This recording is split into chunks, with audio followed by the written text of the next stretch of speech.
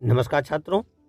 परीक्षा से तैयारी के संबंध में हम विज्ञान विषय के अंतर्गत इस दूसरे खंड में, प्रथम खंड में जैसा कि आपने देखा, रिक्त स्थान से संबंधित रिक्त स्थान पूर्ति प्रश्न और उसके उत्तर आप लोगों के सामने प्रस्तुत किए गए। अब द्वितीय खंड में सत्य और असत्य कथनों पर आधारित प्रश्न आपके सामने उपस्थित किए जाएंगे। प्रश्न संख्या 1, विज्ञान क्रियाओं पर अधिक बल देता है। उत्तर सत्य। संपूर्ण उत्तर विज्ञान क्रियाओं पर अधिक बल देता है, यह सत्य कथन है। प्रश्न संख्या 2, शिक्षण प्रक्रिया के 3 मुख्य आधार हैं: शिक्षक, शिक्षार्थी, पाठ्यक्रम। सत्य। प्रश्न संख्या 3, रुचि के दृष्टिकोण पर आधारित पाठ्यक्रम को अनुबंधित पाठ्यक्रम कहते हैं। उत्तर असत्य। रुचि के दृष्टिकोण पर आधारित पाठ्यक्रम को अनुबंधित पाठ्यक्रम नहीं कहते। प्रश्न संख्या 4, समस्या विधि विद्यार्थी कक्षा में सक्रिय होते हैं तथा शिक्षक निष्क्रिय होता है। उत्तर असत्य। समस्या विधि में विद्यार्थी कक्षा में सक्रिय होते हैं तथा शिक्षक निष्क्रिय होता है, यह गलत, असत्य कथन है। प्रश्न संख्या 5, विज्ञान बालकों की निरीक्षण शक्ति का विकास करता है। सत्य।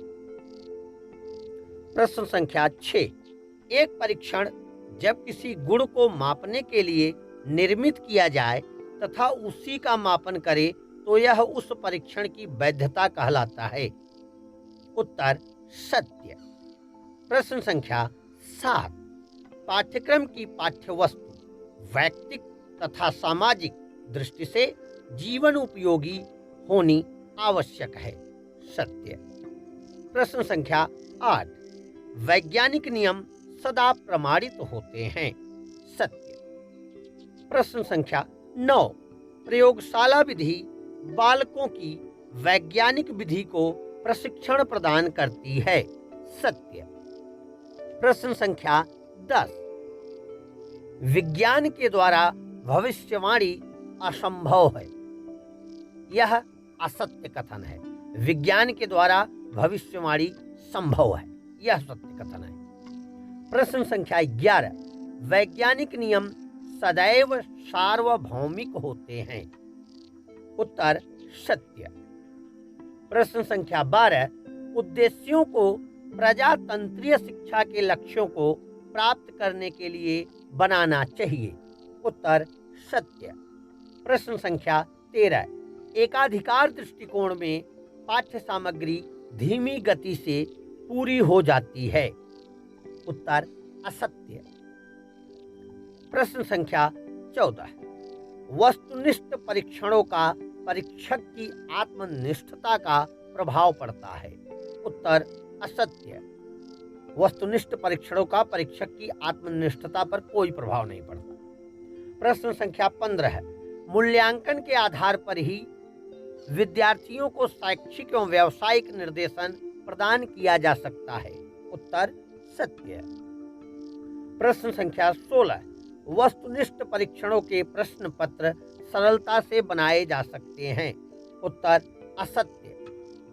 वस्तुनिष्ठ परीक्षणों के प्रश्न पत्र सरलता से नहीं बनते, बड़ी कठिनता से बनाए जाते हैं। प्रश्न संख्या 17, योजना विधि में मूल्यांकन का प्रयोग करना सरल होता है।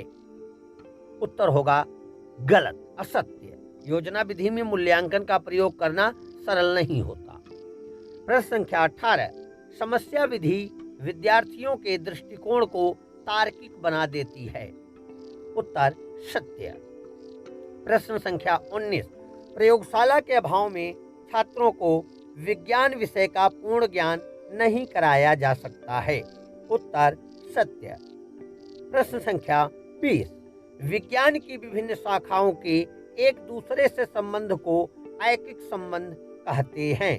उत्तर सत्य। व्याख्यान विधि प्रश्न संख्या 21, व्याख्यान विधि आर्मस्ट्रांग की ह्यूरिस्टिक या ह्यूरिस्टिक विधि के आधार पर ज्ञात की गई है।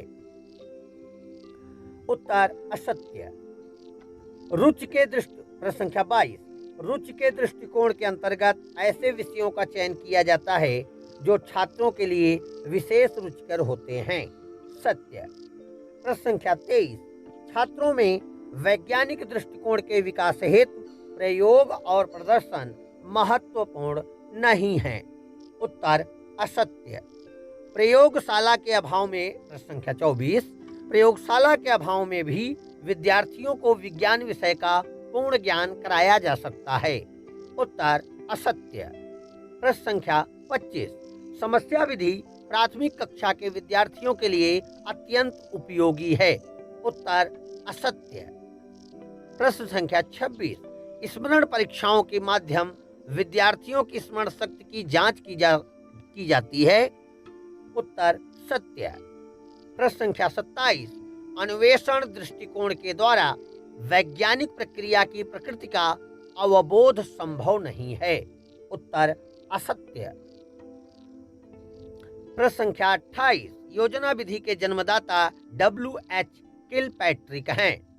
उत्तर सत्य। प्रश्न संख्या 29, स्व अनुदेशन दृष्टिकोण मनोवैज्ञानिकों के द्वारा प्रयोगशालाओं में किए गए प्रयोगों पर आधारित है। उत्तर सत्य। प्रश्न संख्या 30, अभिक्रमित अनुदेशन के जन्मदाता B.F. स्किनर हैं। उत्तर है सत्य। इस प्रकार से आपको कुल 30 प्रश्नों की यह श्रृंखला दी गई। यह कैसा लगा आपकी परीक्षा में? आशा नहीं, पूर्ण विश्वास है कि यह बहुत लाभदायक है। आप इसको कितना समझ पाएं कमेंट करें। आगे भी ऐसी सीरीज अगर आपको चाहिए तो अवश्य कमेंट करके बताएं। धन्यवाद।